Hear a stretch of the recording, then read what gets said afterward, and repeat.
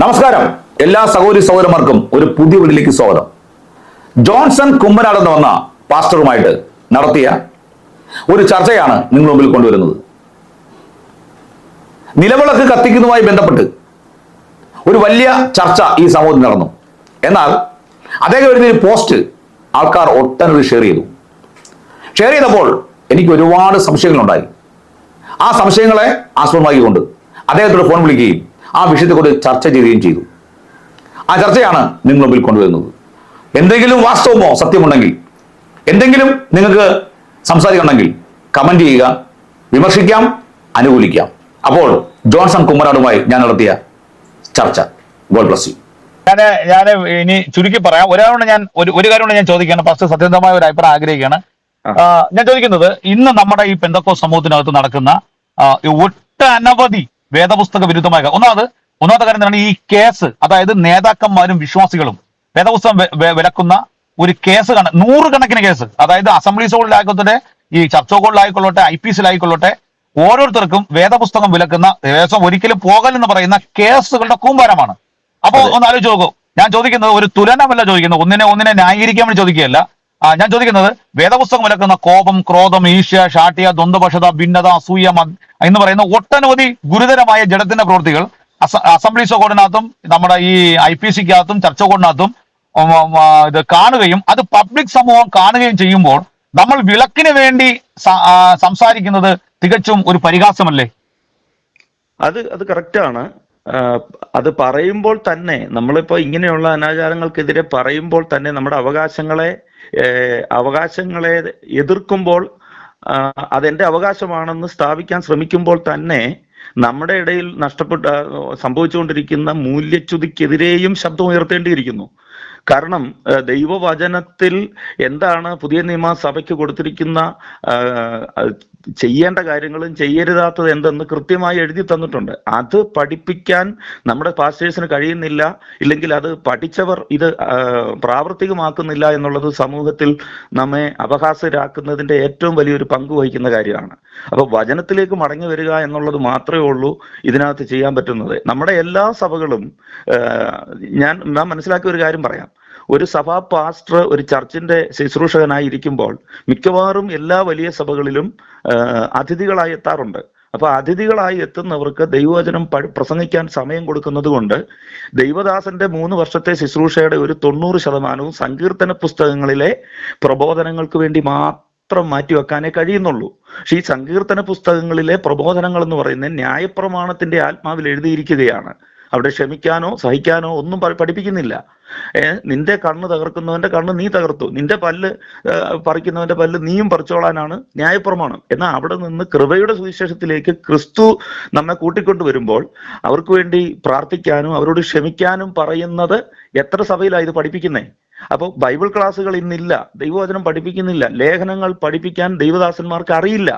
അപ്പൊ അതിന്റെ ഒരു പരിണിത ഫലമാണ് നിശ്ചയമായിട്ടും സഭയുടെ പ്രകടന പത്രിക, ഇല്ല സഭയുടെ നടപടിക്രമങ്ങളിൽ ഈ പരാജയം ഉണ്ടാകുകയും പൊതുസമൂഹത്തിൽ നമുക്ക് തലകുനിക്കേണ്ടതായിട്ടും വരുന്നത്. അതുകൊണ്ട് എനിക്ക് പറയാനുള്ളത്, പഴയ നിയമം വേണ്ടെന്നൊന്നും ഞാൻ പറയുന്നില്ല കേട്ടോ. പഴയ നിയമ സങ്കീർത്തനങ്ങൾ വേണ്ടെന്നൊന്നുമല്ല. പക്ഷെ അതിന്റെ ആത്മാവ് കൊണ്ട് സഭകളെ നിറയ്ക്കരുത്. ലേഖനങ്ങൾ നിശ്ചയമായിട്ടും യേശുവിന്റെ ഗിരിപ്രഭാഷണങ്ങളും ലേഖനങ്ങളും പഠിപ്പിച്ച് വിശ്വാസികളെ നല്ല നിലയിലേക്ക് കൊണ്ടുവരിക, ക്രിസ്തുവിന്റെ പാതയിലേക്ക്, ശിഷ്യത്വത്തിലേക്ക് കൊണ്ടുവന്നെങ്കിൽ മാത്രമേ പൊതുസമൂഹത്തിലുള്ള ഇങ്ങനെയുള്ള പ്രശ്നങ്ങൾക്ക് പരിഹാരം ഉണ്ടാക്കാൻ കഴിയത്തുള്ളൂ. Okay, thank you pastor. ഒരു കാര്യം കൂടെ ചോദിക്കുന്നു. അതായത് ഈ യെരുശലേമിൽ ഒരു കൗൺസിലിംഗ് കൂടുന്നുണ്ട്. അതായത് അന്ത്യോക്യയിലും സിറിയ എന്ന് പറയുന്ന സ്ഥലങ്ങളിൽ ജാതികൾ വിശ്വാസത്തിലേക്ക് വന്ന സമയത്ത് പൗലോസും ബർണബാസും കൂടി അവിടെ ഉണ്ടായിരുന്ന സമയത്ത് യഹൂദന്മാരിൽ നിന്ന് മതാനുസരികൾ വന്നിട്ട് മോശയുടെ ന്യായപ്രമാണ ഗ്രന്ഥം കൂടി അനുസരിക്കണം, അതായത് വിശ്വാസത്താൽ രക്ഷയല്ല പരിച്ഛേദനയിൽ കൂടി ചെയ്യണമെന്ന് നിർബന്ധിക്കുമ്പോൾ ഇവർ യെരുശലേമിൽ പോയി പത്രോസിനോടും യാക്കോബിനോടും കാര്യങ്ങൾ ചർച്ച ചെയ്യുന്ന സമയത്ത് അവർ കുറച്ച് കാര്യങ്ങൾ അവിടെ അവതരിപ്പിക്കുന്നുണ്ട്. ജാതികളെ അസഹ്യപ്പെടുത്തരുത്, അവരെ മേൽ പിതാക്കന്മാരുടെ മുഖം വെച്ച് കെട്ടരുത്.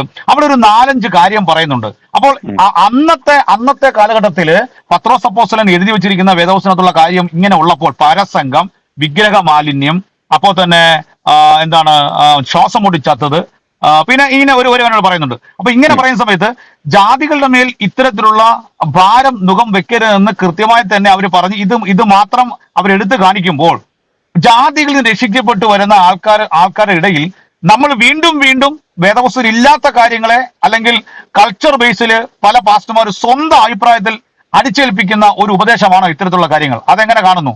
അല്ല, അതിന് സത്യത്തിൽ അപ്പോസ്തല പ്രവൃത്തികളിൽ നടന്ന യെരുശലേം കൗൺസിലിൽ ഈ തീരുമാനം എടുക്കുന്ന സമയത്ത് ലേഖനങ്ങൾ എഴുതപ്പെട്ടിട്ടില്ല.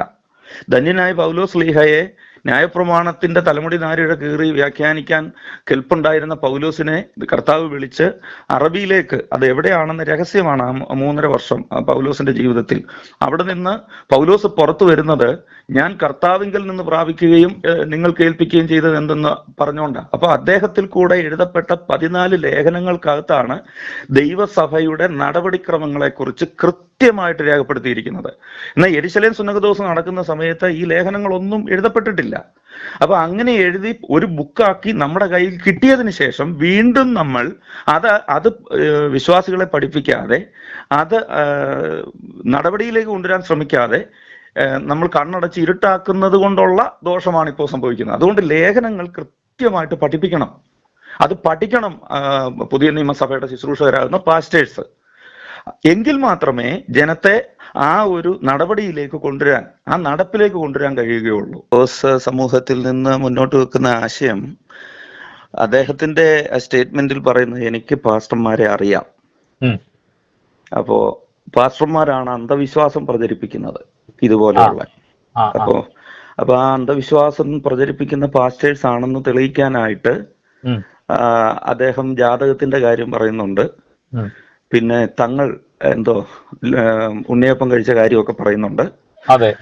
അപ്പൊ പാസ്റ്റർമാരെ സംബന്ധിച്ച് അന്ധവിശ്വാസം പ്രചരിപ്പിക്കുന്നതായിട്ട് എനിക്ക് മനസ്സിലാക്കാൻ കഴിഞ്ഞിട്ടില്ല.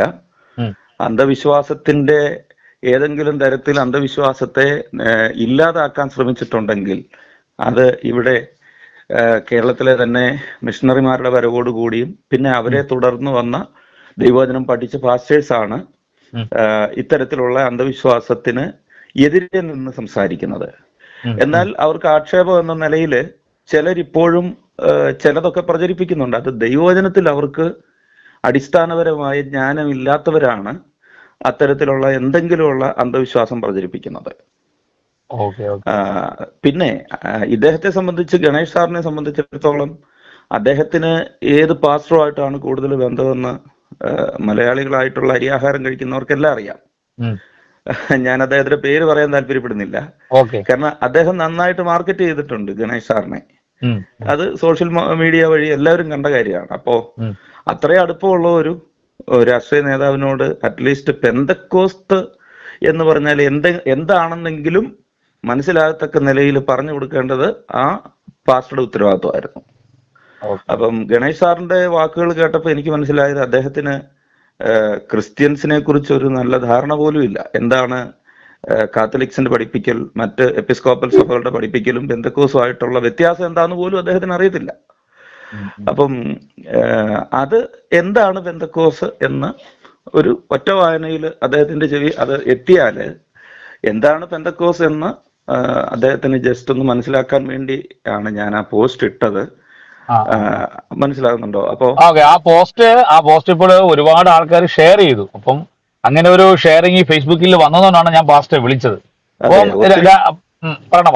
ഒത്തിരി വിമർശനങ്ങളും അതിനകത്ത് ഉണ്ടായിട്ടുണ്ട്. കാരണം ഞാൻ ആ പോസ്റ്റ്, പാസ്റ്റർ IPC ആണോ? അതെ അതെ, ഞാൻ IPC സഭയിലെ ഒരു സുവിശേഷകനാണ്. കുമ്മനോടാണ് എന്റെ വീട്. അപ്പോഴേ പാസ്റ്റേ, അപ്പൊ ഞാൻ 2-3 ചോദ്യങ്ങൾ ചോദിക്കാം. അതിനും കൂടെ ഒരു മറുപടി ഒന്ന് പറഞ്ഞാൽ കൊള്ളായിരുന്നു. ഒന്നാമത്തെ കാര്യം, ആ ഒരു പോസ്റ്റിനകത്ത് അല്ല, ആ പോസ്റ്റിനകത്തല്ല, ആ ഒരു പ്രസംഗത്തിനകത്ത് അദ്ദേഹം ഗണേശ് എന്ന് പറയുന്ന അദ്ദേഹം ആദ്യം ആരംഭിക്കുന്നത് ഒരു ചെയർപേഴ്സൺ അല്ലെ, അവരെ കുറിച്ച് അവരോട് വിളക്ക് കത്തിക്കാൻ പറയുന്നതോട് ബന്ധത്തിലാണ് ആ ഒരു പ്രസംഗം മുന്നോട്ട് പോകുന്നത്. അപ്പൊ യഥാർത്ഥത്തിൽ ഞാൻ ചോദിക്കാൻ ആഗ്രഹിക്കുന്ന ഒരു കാര്യം ഇതാണ്, നിങ്ങളുടെ അഭിപ്രായം. അതായത് അവിടെ ഒരു വിഗ്രഹമില്ല, ഒരു പൊതുവേദിയാണ്. ഒരു പൊതുവേദിയിൽ ഒരു വിളക്ക് വെച്ച് ഇങ്ങനെ കത്തിക്കുമ്പോൾ ഈ പൊതു സമൂഹത്തിൽ നിൽക്കുന്ന ജനങ്ങളുടെ ജനസേവനം നിൽക്കുന്ന ആൾക്കാര്, അപ്പൊ പൊതുവേദിയിൽ ഒരു ഉദ്ഘാടന കർമ്മത്തിന് വേണ്ടി ഒരു വിളക്ക് വെച്ച് കത്തിക്കുവാൻ പറഞ്ഞപ്പോൾ ആ ചെയർപേഴ്സൺ അത് അവർ പറഞ്ഞു, ഒരു പാസ്റ്റർ പറഞ്ഞു അത് ഞാൻ ചെയ്യത്തില്ല എന്ന് പറഞ്ഞു. അപ്പൊ അതിൽ നിന്നാണ് പിന്നെ പുള്ളി പ്രസംഗം ആരംഭിക്കുകയും പിന്നെയാണ് അത് അന്ധവിശ്വാസത്തിലേക്കും പിന്നെ ഉണ്ണിയപ്പം കഴിക്കുന്നതിലേക്കും കടന്നു പോകുന്നത്. അപ്പൊ ഞാൻ ചോദിക്കുന്ന ഒരു ചോദ്യം ഇതാണ്: ഒരു പൊതുസമൂഹത്തിൽ നിൽക്കുന്ന ജനങ്ങളുടെ ഇടയിൽ നിൽക്കുന്ന ഒരു വ്യക്തിക്ക് ഒരു പബ്ലിക് സ്ഥലത്ത് ഒരു നിലവിളക്ക് വെക്കുമ്പോൾ അതൊരു പൊതുജനത്തിന്റെ, അതായത് നമ്മളിപ്പോ താമസിക്കുന്ന ഒരു ജനാധിപത്യ ലോകത്തിലാണല്ലോ. അപ്പൊ അങ്ങനെയുള്ള ഒരു സ്ഥലത്ത് ഒരു ജനപ്രതിനിധിയായിരിക്കുന്ന ജനങ്ങളുടെ കാര്യം നോക്കുന്ന ഒരാൾക്ക് ഒരു ഉദ്ഘാടനത്തിന് ഒരു തിരി തെളിക്കുന്നത് കൊണ്ട് അതിൽ എന്ത് ദൈവശാസ്ത്ര വിരുദ്ധതയും എന്ത് പെന്തക്കോസ് വിരുദ്ധത കാഴ്ചപ്പെടാൻ ഉള്ളതെന്ന് പാസ്റ്റർ പറയാമോ? തീർച്ചയായിട്ടും. അതായത് ആ CDS ചെയർപേഴ്സൺ പറയുന്ന ഉത്തരം കറക്റ്റ് ഒരു പാസ്റ്റർ പറഞ്ഞു എന്നാണ്. ആ പാസ്റ്ററെ ഞാൻ പ്രത്യേകിച്ച് അഭിനന്ദിക്കുകയാണ്. അവരോട് അത് പറഞ്ഞ് പഠിപ്പിച്ച പാസ്റ്ററെ ഞാൻ അഭിനന്ദിക്കാൻ ഈ സമയം വിനിയോഗിക്കുകയാണ്. കാരണം നമ്മള് ഈ സംസ്കാരം ഉണ്ട്, ആചാരങ്ങളുണ്ട്. സംസ്കാരങ്ങളും ആചാരവുമായിട്ട് ഒത്തിരി വ്യത്യാസങ്ങളുണ്ട്. ഇപ്പൊ നമുക്ക് ബർത്ത്ഡേ ആഘോഷിക്കുന്നുണ്ട്. പെന്തിക്കോസിലെ മിക്കവാറും കുട്ടികളുടെ ബർത്ത്ഡേ ആഘോഷിക്കാൻ നേരത്ത് ഇപ്പൊ ഒരു 10 വയസ്സായ കുട്ടിയാണ് 10 എഴുതിയ ഒരു മെഴുകുതിരി 10ന്റെ നിങ്ങൾക്ക് അറിയാമല്ലോ, മെഴുകുതിരി കൊണ്ട് തന്നെ 10 ഉണ്ടാക്കിയിട്ട് അത് ആ കേക്ക് കട്ട് ചെയ്യുമ്പോൾ അവിടെ വെച്ച് അത് ഊതിക്കെടുത്തി ആണ് കേക്ക് കട്ട് ചെയ്യുന്നത്. അതിനെ വിലക്കാറില്ല, കാരണം അതൊരു സംസ്കാരത്തിന്റെ ഒരു കൾച്ചറാണ്. അതിന് നമ്മുടെ ആരാധനയായിട്ട് ഒരു ബന്ധവും ഇല്ല. മറ്റൊന്ന്, നഴ്സിംഗിന് പഠിക്കാൻ പോകുന്ന കുട്ടികള് ഈ BSc നഴ്സിംഗ് ഒക്കെ കഴിഞ്ഞു കഴിയുമ്പോൾ അവർക്ക് ഈ ഫ്ലോറൻസ് നൈറ്റിംഗലിന്റെ ഓർമ്മയ്ക്ക് വേണ്ടി അവര് പാസ് ഔട്ട് ആകുമ്പോൾ അവർ വിളക്ക് കത്തിക്കാറുണ്ട്. അങ്ങനെ ഒരു ചടങ്ങുണ്ട്. അതിന് നമുക്ക് വിലക്ക് കൽപ്പിക്കേണ്ട കാര്യമില്ല, അതൊരു ആചാരമല്ല, അതൊരു കൾച്ചറാണ്. എന്നാൽ ഇവിടെ ഈ പൊതു സമൂഹത്തിൽ നടക്കുന്ന ഈ ചടങ്ങിൽ അവർ കത്തിക്കാൻ ഉപയോഗിച്ച വിളക്ക് അത് സാധാരണ വിളക്കല്ല, ഒരു മെഴുകുതിരിയോ ഒരു സാധാരണ വിളക്കോ അല്ല. ആ വിളക്ക് ശ്രദ്ധിച്ചാൽ മനസ്സിലാകും, അത് അരയന്നത്തിന്റെ ഷേപ്പിൽ പണിതുറപ്പിച്ചിരിക്കുന്ന, അതിന്റെ മുകളിൽ അരയന്നത്തിന്റെ പ്രതിഷ്ഠ വെച്ചിട്ടുണ്ട്. മനസ്സിലുണ്ട്? ആ വിളക്കിൽ ഗണേഷ് സാർ കത്തിക്കാൻ പറഞ്ഞ വിളക്കിന്റെ മുകളിൽ അരയന്നത്തിന്റെ രൂപമാണ് കൊത്തിവെച്ചിരിക്കുന്നത്. അപ്പൊ അരയന്നത്തിന്റെ രൂപം കൊത്തിവെച്ചിരിക്കുന്ന വിളക്കിനൊക്കെ ഒത്തിരി അർത്ഥങ്ങളുണ്ട്. അതൊരു ആചാരത്തിന്റെ ഭാഗമായിട്ടുള്ളതാ. ഗവൺമെന്റ് പ്രോജക്റ്റുകളിൽ, ഗവൺമെന്റിന്റെ പദ്ധതികളിൽ ആചാരത്തിന്റെ ഭാഗമായിട്ട് വിളക്ക് കത്തിക്കാൻ പറ്റത്തില്ല. അത് നമുക്ക് പറ്റില്ല, അവർ കത്തിച്ചോട്ടെ.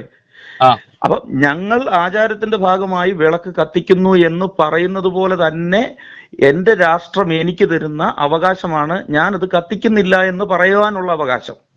അതിനെ ചോദ്യം ചെയ്യാൻ ഒരു പാർട്ടിക്കോ ഒരു നേതാവിനും അവകാശമില്ല. അതെന്റെ റൈറ്റ് ആണ്.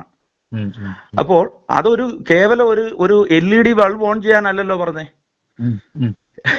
പ്രകാശമാണ് അവർ ഉദ്ദേശിക്കുന്നതെങ്കിൽ ഒരു ലൈറ്റ് ഓൺ ചെയ്താൽ മതിയല്ലോ. ഇല്ല, ഒരു മെഴുകുതിരി ആണെങ്കിലും നമുക്കത് നോ പറയേണ്ട കാര്യമില്ല. പക്ഷേ അവരുടെ ആചാരത്തിന്റെ ഒരു ഭാഗമായി ഒരു പൊതുപരിപാടിയിൽ കൊണ്ടുവരുമ്പോൾ അത് കത്തിക്കാൻ പറയുന്നവരുടെ അതേ അവകാശം തന്നെ എനിക്ക് കത്തിക്കാൻ സാധിക്കില്ല എന്ന് പറയാൻ ഓരോ ഇന്ത്യൻ പൗരനും ഉണ്ട്. അപ്പൊ അത് ആ സഹോദരി കൃത്യമായിട്ട് മനസ്സിലാക്കിയിട്ടുണ്ട്. അത് ആചാരത്തിന്റെ ഭാഗമായിട്ട് കത്തിക്കുന്ന, സംസ്കാരത്തിന്റെ പരമായിട്ട് കത്തിച്ചതല്ല എന്ന് നന്നായി മനസ്സിലാക്കി എന്റെ പാസ്റ്റർ പറഞ്ഞ് പഠിപ്പിച്ചിട്ടുണ്ട് എന്ന് പറഞ്ഞതിനകത്ത് അങ്ങേയറ്റം ആ സഹോദരിയെ ഞാൻ അപ്രീഷിയേറ്റ് ചെയ്യുകയും തന്റെ വിശ്വാസിയെ ഇത്ര കൃത്യമായ രീതിയിൽ ഇത് പഠിപ്പിച്ച പാസ്റ്ററെ ഞാൻ അഭിനന്ദിക്കുകയും ചെയ്യുകയാണ്. ഓക്കെ, അപ്പൊ ഞാൻ അടുത്തൊരു കാര്യം ചോദിക്കുന്നത്, സത്യത്തിൽ പെന്തക്കോസ് സമൂഹത്തിലുള്ള ഓരോരുത്തരും, ഓരോ വ്യക്തികളും സമൂഹത്തിന്റെ ഭാഗമായി തന്നെ മാത്രമേ നമുക്ക് ജീവിക്കാൻ പറ്റത്തുള്ളൂ. ഒരിക്കലും നമുക്ക് മാറി നിന്ന് ഒരിക്കലും ജീവിക്കാൻ പറ്റില്ല.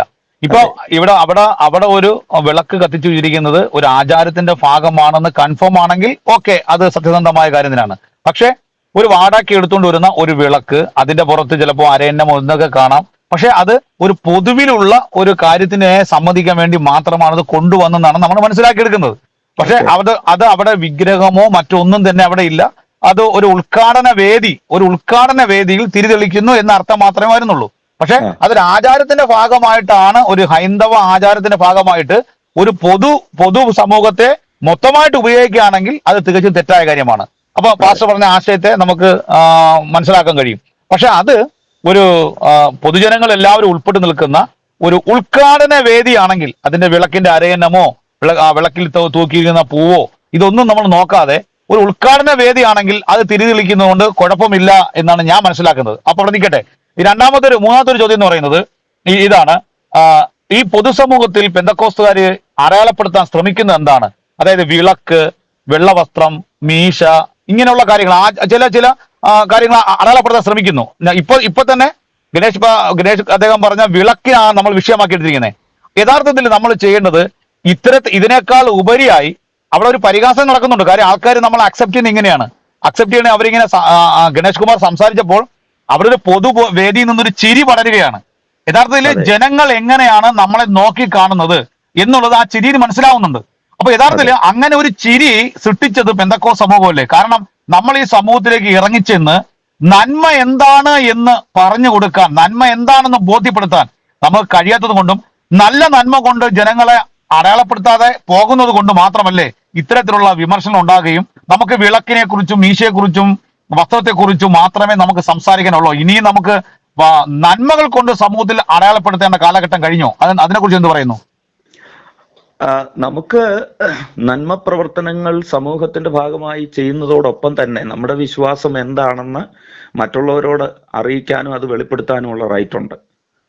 അപ്പോൾ അവിടെ താങ്കൾ പറഞ്ഞത് കറക്റ്റ് തന്നെയാണ്. ആ ചിരി എന്ന് പറയുന്നത് എൻ്റെ ഹൃദയത്തെയും മുറിവേൽപ്പിച്ച ഒരു ചിരി, അതൊരു പരിഹാസത്തിന്റെ ചിരിയാണ്. അപ്പോൾ തന്നെ അത്യാവശ്യം വിദ്യാഭ്യാസം ഉള്ളവർക്കും ബോധമുള്ളവർക്കും മനസ്സിലാവും, പട്ടാപ്പകൽ സൂര്യൻ കത്തിജ്വലിച്ച് നിൽക്കുന്ന ആ പട്ടാപ്പകല് ഒരു വിളക്ക് കത്തിച്ച് എന്താണ് അതിൽ നിന്ന് ഉദ്ദേശിക്കുന്നത് പോലും മനസ്സിലാകാതെ അതൊരു ആചാരം പോലെ അത് ചെയ്യുമ്പോൾ അതിനോട് നോ പറയാൻ കാണിച്ച ആ തൻ്റെ ഇടം, അതിനെ അഭിനന്ദിക്കേണ്ടത് തന്നെയാണ്. Okay pastor.